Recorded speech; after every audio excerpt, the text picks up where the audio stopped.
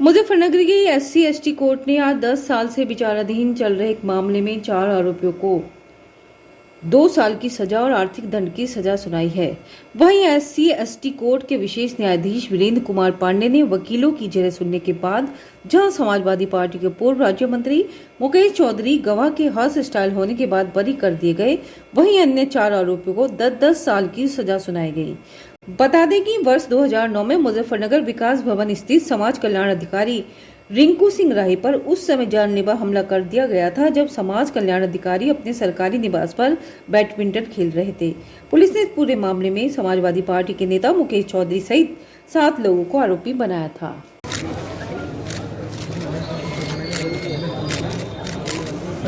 धीरे धीरे चलो धीरे भाई पीछे जा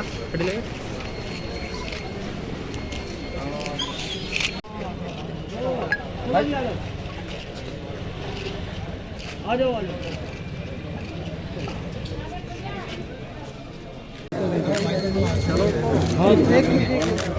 अरे जब चलते हो जाएगी फोटो, आ जाओ चलते हो जाएगी। आप ये देख लीजिए कि 12 साल करीब इस केस को हो। 2009 में ये केस हुआ था, 12-13 साल हो गए इस केस को, और 12-13 साल से जो मैं पीड़ा झेल रहा था, उस पीड़ा का मुझे ही पता है कि निर्दोष होते हुए भी तरह तरह के इल्ज़ाम लगते थे और तरह तरह की बातें लोग करते थे। लेकिन मुझे पहले दिन से उम्मीद थी और पहले दिन से मुझे भरोसा था परमपिता परमेश्वर पे भी और न्यायपालिका पे भी कि एक ना एक दिन मेरे साथ न्याय जरूर होगा। और आज न्याय की जीत हुई, सच्चाई की जीत हुई और ईश्वर की कृपा से आदरणीय कोर्ट ने मुझे बरी कर दिया। बसपा सरकार के द्वारा उत्पीड़न की तो कोई सीमा ही नहीं थी। मेरे ऊपर धारा 120B का चार्ज था और सुप्रीम कोर्ट की रूलिंग है कि धारा 120B के मुलजिम पर रासुका नहीं लगाई जा सकती। मेरे ऊपर रासुका भी लगी। मैं 18 अप्रैल 2009 को कोर्ट में सरेंडर किया था और 22 अप्रैल 2009 को मेरे घर की कुर्की हुई, जो संविधान में शायद मैं पहला आदमी था इस हिंदुस्तान के अंदर कि पेश होने के बाद, अदालत में पेश होकर जेल जाने के बाद मेरे घर की कुर्की हुई थी। मेरे घर का सामान सब खुर्द बुर्द किया गया था, सारा सामान उठा के पुलिस लेके गई थी, बाकायदा उसकी लिस्ट बना के दी थी और वो थाने में जमा किया था।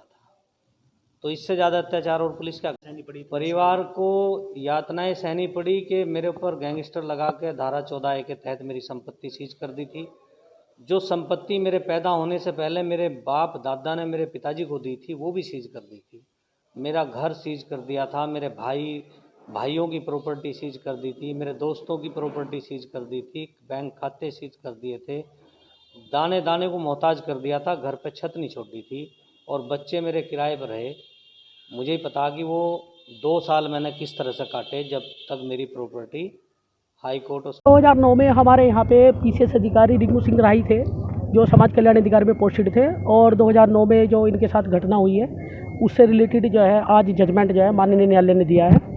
इसमें जो है 307 और 34 में जो है इन्हें 10-10 साल की सज़ा है, आज सक्षम कारावास, और उसके बाद जो है ये इनमें 326 में 10 वर्ष कारावास, तो टोटल सज़ा जो है 20 साल की सज़ा सक्षम कारावास है और 20,000 रुपये जुर्माना है। कितने हो गए इसको और 10 साल से पेंडिंग था ये, आज इसमें जजमेंट आया है और माननीय न्यायालय के आदेश को हम देखते हैं, पर हम हाई कोर्ट में अपील करेंगे। जो आरोप इसमें अमित छोकर, प्रहलाद और पंकज उर्फ बॉबी और अशोक कश्यप, ये करीब 25 करोड़ का घोटाला था जिसमें आज ये सज़ा हुई है। वो फाइल अलग चल रही है और गैंगस्टर की फाइल अलग चल रही है इनके खिलाफ। मुकेश चौधरी जो है इसमें इन्वॉल्व था, पर लेकिन माननीय न्यायालय द्वारा जो विटनेस हॉस्टाइल हुए हैं उसका साक्ष्य के अभाव में उनको किया गया है और मेन तो मास्टरमाइंड बच निकला, नहीं तो उनको भी सज़ा होनी चाहिए थी, मेरी जो राय है। हम आगे जाके हाई कोर्ट में इसमें अपील करेंगे और चाहते हैं कि जो मास्टरमाइंड बचा है उसको सज़ा जरूर दिलाएंगे।